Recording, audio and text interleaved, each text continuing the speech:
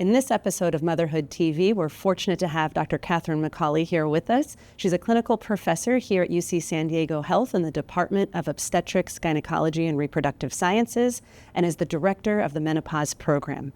Dr. Macaulay, thanks so much for being here with us. And maybe we can start off, if you would tell us, what is perimenopause? Well, first of all, thanks for having me. I'm always excited to talk about menopause, but to answer your question, perimenopause is basically the transition into menopause. So it's the transition from the reproductive years to the menopause, when fertility declines over this transition, hormonal changes start, menstrual cycles start to change. But we call it perimenopause, but also it can be considered a transitional time period. What are some of the things that your patients come to you concerned about during perimenopause? So a variety of things. One can be irregular menstrual periods. That's one of the first signs that women see when they're approaching perimenopause or when they're entering into perimenopause, is a change of their menstrual cycle length more than 7 days, or they're actually starting to skip periods. That can be concerning. They can start to develop, even when they're still having regular menstrual periods, they can start to develop vasomotor symptoms, which is having hot flashes during the day, or hot flashes at night, which women experience as night sweats, which can cause sleep disturbance. They can start to have a disconcerting symptom of brain fog, which is really a constellation of different memory and cognitive type changes that are temporary.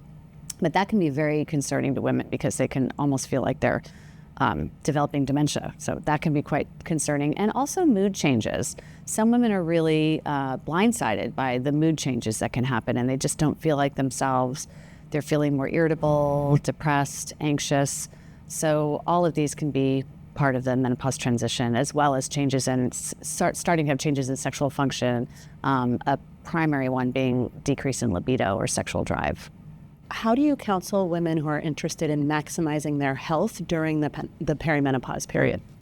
Perimenopause and entering midlife is just a great opportunity for women to start to look at their health overall, looking at their weight, looking at their diet, looking at their exercise, taking stock of an assessment of their cardiovascular health, screening for diabetes. So all these things are so important, looking at breast cancer risk factors. So it's a really good time to look at overall health, particularly weight management. I think women do. We didn't talk about weight gain during perimenopause and menopause, but that is also another big complaint. Women just feel like they're gaining weight faster. It's harder to lose weight. So if one wants to be proactive about perimenopause, one really big thing I can tell them is to do your best. If you're struggling with your weight, let's try to really get your weight managed now before you really hit menopause. So we look at lifestyle, diet, exercise, maybe is there a need for medication for weight loss, all the above. Another important aspect of perimenopause that women need to be aware of is the need for contraception.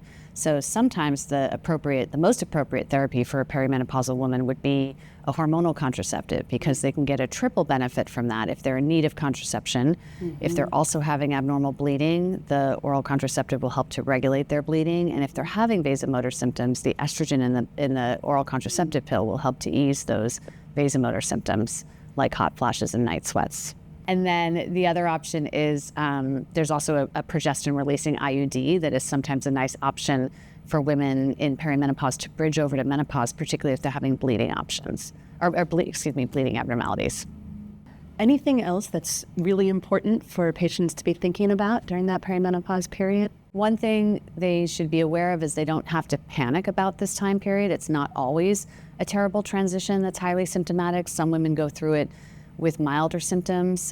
Certainly there's a wide variation of how women are going to experience their symptoms. So I do, as of late, have a lot of women, I think, hearing some misinformation about menopause and that they have to start hormone therapy even when they're still having regular periods to sort of get ahead of menopause.